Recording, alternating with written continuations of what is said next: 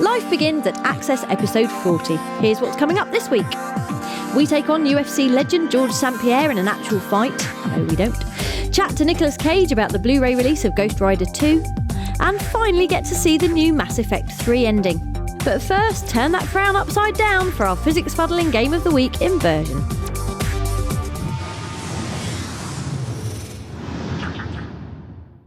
Just when you thought the third-person cover-based shooter had run out of ideas, bang, your world is turned upside down. Actually upside down in the case of Inversion, the chunky arcade blaster that has you firing physics from an arm cannon like you're reliving the most violent cheese dreams of Isaac Newton. And what a fine idea it is. While grudgingly conceding its importance to the careers of jugglers and high jumpers, we've long suspected that gravity might be stopping us all from having a great deal of fun, which is precisely the premise that Inversion sets out to explore, using as a context the invasion of Earth by a tribe of sandpunk remedials who've mysteriously mastered the art of bending thermodynamics to their will, but still talk like Jar Jar Binks. Of course, it's only a clumsy, exposition-heavy half hour before you break out of Jar Jar prison, nick an Isaac wand and go full-scale electromagnetic mental on your captors, which is when the fun really begins. The Gravlink, the superwatch that messes with time-space, can fire either blue or red energy. Blue to make things lighter, like rocks or people, and red to make them heavier, like crates or other people.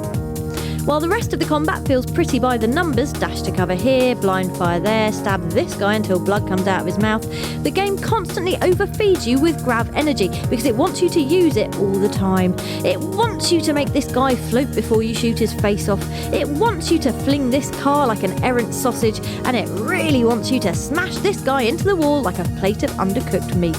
Other sexy ways of ignoring gravity include when there isn't any at all and you're floating balletically through mid-air debris fields, and when these blue vortexes shift your orbit so that gravity is sideways or upside down. This really comes into its own on the later levels when the environments, typically one of Inversion's brownest, weakest points, really start to play up the whole enemies on the ceiling, and the walls too business. Which only leaves us to say that Inversion might not be the finest shooter on PS3, but it is full of being the wrong way up and firing bullets, and that's more than enough for us.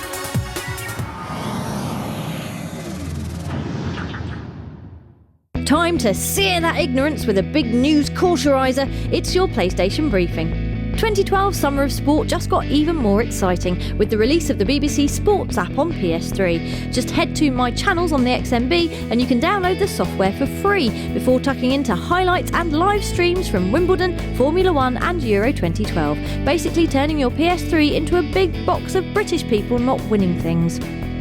Furthering that theme is London 2012, the official game of this summer's Olympics, which is out on PS3 right now. So you can either do our boys and girls proud and win all the golds for Team GB, or you can just be Jamaica because they're really fast and good. Yay! Patriotism!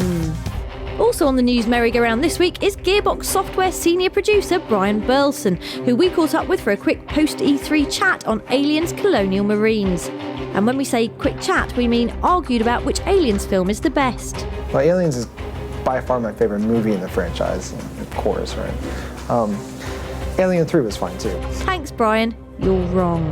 Now, you may have noticed that the combat in Sleeping Dogs is brutal like a gym session with George St. Pierre.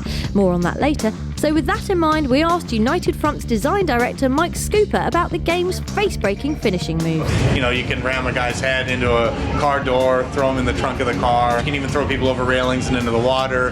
The player can also go out and use tables, walls, an industrial, strength furnace. There's a wide array of options that are both violent, also ranging even to comedic territory.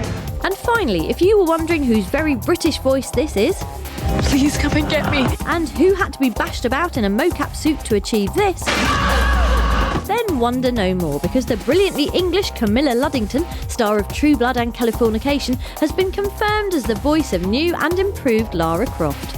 Excellent! Now let us play the damn thing. That's it for briefing this week. Check back for more news in episode 41.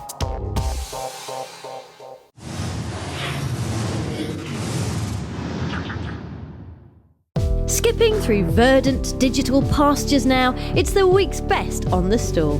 We start with exciting news for PlayStation Plus subscribers, with the excellent Deus Ex Human Revolution now available at a discount as part of the Instant Game Collection. Not only that, but there's 50% off all Human Revolution DLC and 50% off the original PS2 Deus Ex. So in summation, that's lots and lots of Deus Ex for not lots and lots of pounds. If you aren't yet a PlayStation Plus member, you can subscribe at the front of the store or by hitting that enticing yellow plus on your XMB. Getting a full-blown digital release on PSN this week is The Amazing Spider-Man, who, in case you live in a comicless vacuum, does whatever a spider can. In addition to that, he can also wear a red and blue unitard, have thumbs and punch robots really hard. Rubbish. If I was a Spider-Man villain, I'd be called Scared Mum Woman, and my weapon would be a giant slipper. And finally, making your PlayStation Vita an altogether better place this week is the new YouTube app, letting you watch your favourite videos anywhere you like on a screen that'll have surrounding smartphones weeping into their rubbish 3G connections. As a suggestion, you could go to youtube.com/PlayStation Access. We hear the videos on that channel are hilarious and wonderfully narrated. That's your lot from the store. Check back next week for more downloadable fun.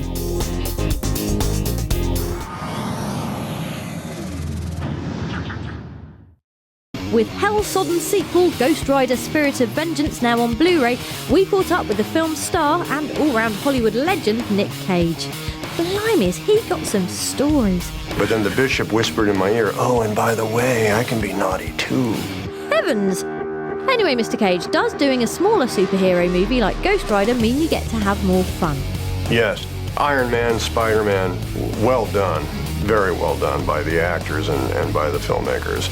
Still have a very built-in audience. They're famous. I mean, it's like Mickey Mouse. But the idea of building a character up and taking a character that's not as well known and introducing him to the world. And I think now, you know, as a result of this and the other film, the Ghost Rider is now a player in that world. And with the worlds of games and films moving ever closer, would Big Nick ever be open to working on PlayStation? Yeah, I'm open to anything. I'm open to exploring any new form of filmmaking that fits within the zeitgeist of our cultures. Finally, if you could play any other superhero apart from Ghost Rider, who would it be? I can't think of any other because you know, and if I say something, it'll be all over the internet. So the truth is, I'm happy with what I've done. I'm happy with Ghost Rider. I think he was the perfect match for me. Even above and beyond Superman, I think Ghost Rider is more me. Thanks to the gracious Mr. Cage, and Ghost Rider Spirit of Vengeance is on Blu-ray right now.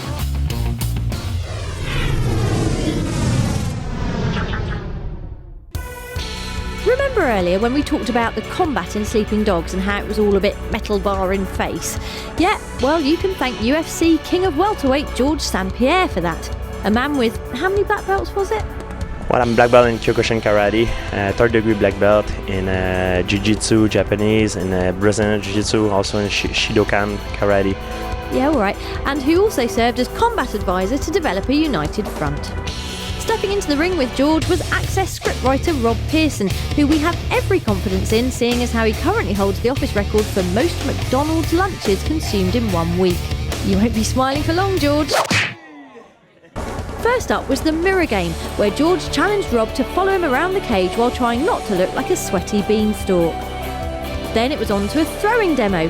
Try not to look so terrified, they're only bones, where to his credit, Rob did actually manage to hoist a definitely trying George St. Pierre onto his back. Show us your fight face, Rob. Rubbish. And finally, it was time to get cosy with George's shorts, as he demoed his rather painful I could snap your arm anytime I fancy technique. Could Rob pull it off? No. After a gruelling 60 minutes of physical exercise, it was time for something we actually could do, ask a man questions. I don't know how well you know video games, but is there any video game character that if you could fight, you'd like to fight them? Yeah, I would like to fight movie stars like I don't know, like Jean-Claude Van Damme or Steven Seagal or Chuck Norris, you know, Arnold Schwarzenegger. These guys are my idol, you know. I think I would get my butt kicked, you know, for sure. Like nobody can hang out with Arnold Schwarzenegger. He's way too strong.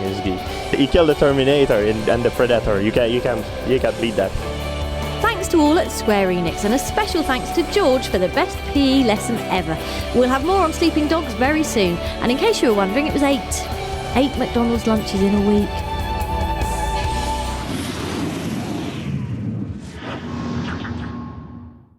Before we go this week, there's just time to tell you the Mass Effect 3 Extended Cut DLC is out on PS3 today, which should hopefully soothe the fury over the original ending. Now, we're not going to spoil anything for you. Instead, we're just going to show you our reaction. I can't do this all alone. I need you. Do you feel ready? I can't focus on anything but you. Just... That might be something else, actually. See you next week.